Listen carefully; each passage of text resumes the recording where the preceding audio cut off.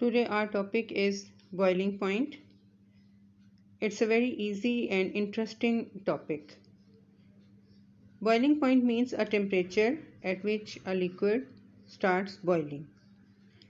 We will see how this temperature is reached, and we will also see why different liquids have different boiling points. When a liquid is heated, liquid starts to evaporate. At first, these vapors start accumulating on the surface of the liquid and exert pressure on the surface of liquid. At this point, a question arises that when the container is open, how these vapors can exert pressure on the surface of liquid because they are mixing with air. Question is right. Answer is that when liquid is continuously heated, then the vapors that accumulate on the surface of liquid are much more than those which mix up with the air. So these vapors exert pressure on the surface of liquid. When this pressure becomes equal to the atmospheric pressure, liquid starts boiling. जब liquid को continuously heat किया जाता है तो इसमें evaporation का process start हो जाता है और इसके वेपर्स लिक्विड की सतह पर जमा होने लगते हैं और इन वेपर्स की तादाद उन वेपर्स की निस्बत बहुत ज़्यादा होती है जो हवा में मिक्स हो रहे होते हैं। ये वेपर्स लिक्विड की सरफेस पर प्रेशर एक्सर्ट करते हैं और जब ये वेपर प्रेशर एटमॉस्फेरिक प्रेशर के बराबर आ जाता है तो लिक्विड में बॉइलिंग स्टार्ट हो जाती है, यानी लिक्विड बॉयल होने लगता है। लाइक दिस, जब इस तरह से बॉइलिंग प्रोसेस स्टार्ट हो जाता है, it means then vapour pressure of the liquid is equal to the atmospheric pressure. Now we can define boiling point as. अब हम बॉइलिंग पॉइंट को इस तरह से डिफाइन करेंगे। Boiling point is a temperature at which vapour pressure of liquid becomes equal to atmospheric pressure. This is called boiling point. Different liquids have different boiling points. For example, water boils at 100 degrees centigrade, alcohol boils at 78 degrees centigrade, and ether has boiling point 34.6 degrees centigrade. Students, जब हम इसको continuously heat करते हैं तो boiling point fix रहता है।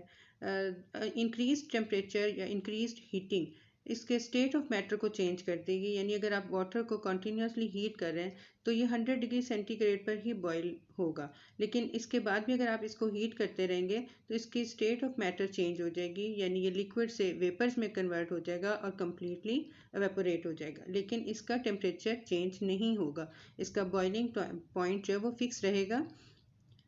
जो increase temperature है, जो कंटिन्यूस हीटिंग प्रोसेस है, वो इसके मॉलिक्यूल्स के दरमियान में इंटरमॉलिक्यूलर फोर्सेस को डिक्रीज करने में यूटिलाइज हो जाएगी और इस तरह से लिक्विड जो है वो गैशियस फॉर्म में कन्वर्ट हो जाएगा।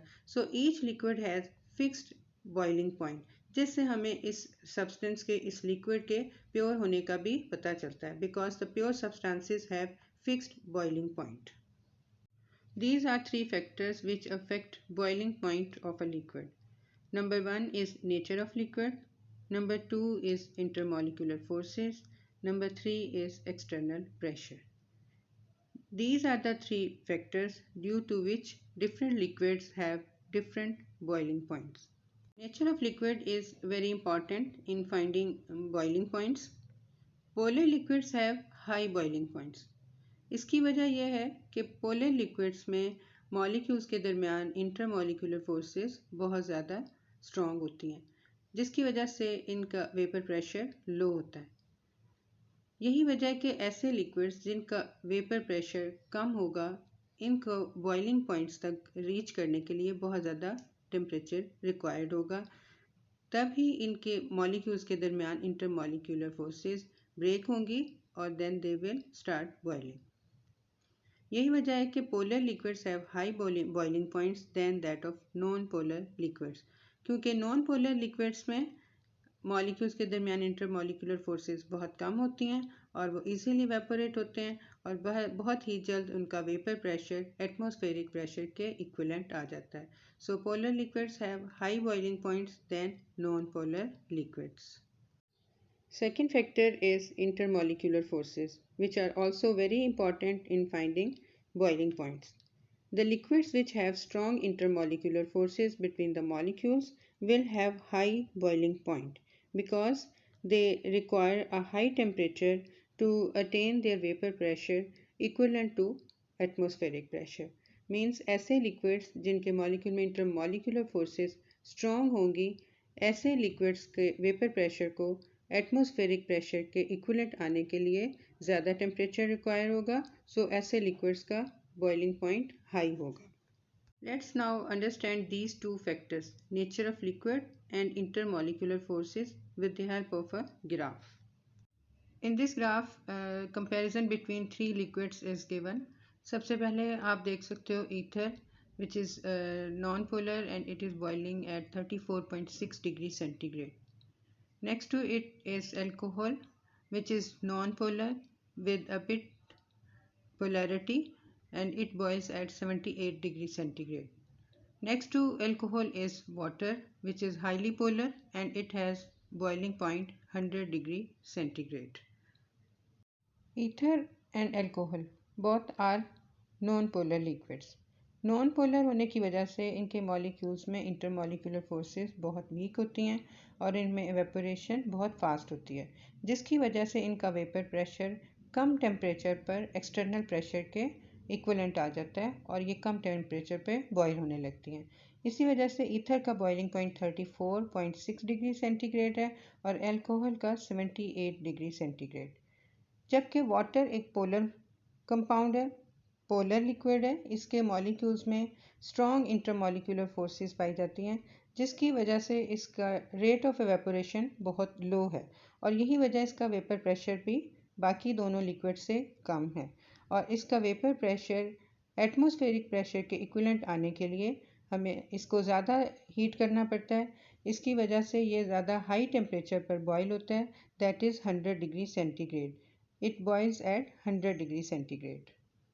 स्टूडेंट्स, वेपर प्रेशर पर डिटेल्ड वीडियो मौजूद है. I have mention its link in description of this video. You can watch it again. Third factor which affects boiling point is external pressure. External pressure controls the boiling point because from definition we know boiling point is the temperature at which vapor pressure of the liquid becomes equal to external pressure. It means अगर external pressure high है then boiling point will be high. If external pressure is low then boiling point will also be low. So boiling point is directly proportional to external pressure. It's all about today's topic. I hope you got it very well. Students, now Ramzan has come to an end and I hope you will be excited to celebrate your Eid. But don't forget COVID-19. Stay home, stay safe and celebrate your Eid with your parents, your siblings, cousins and friends. Advance Eid Mubarak.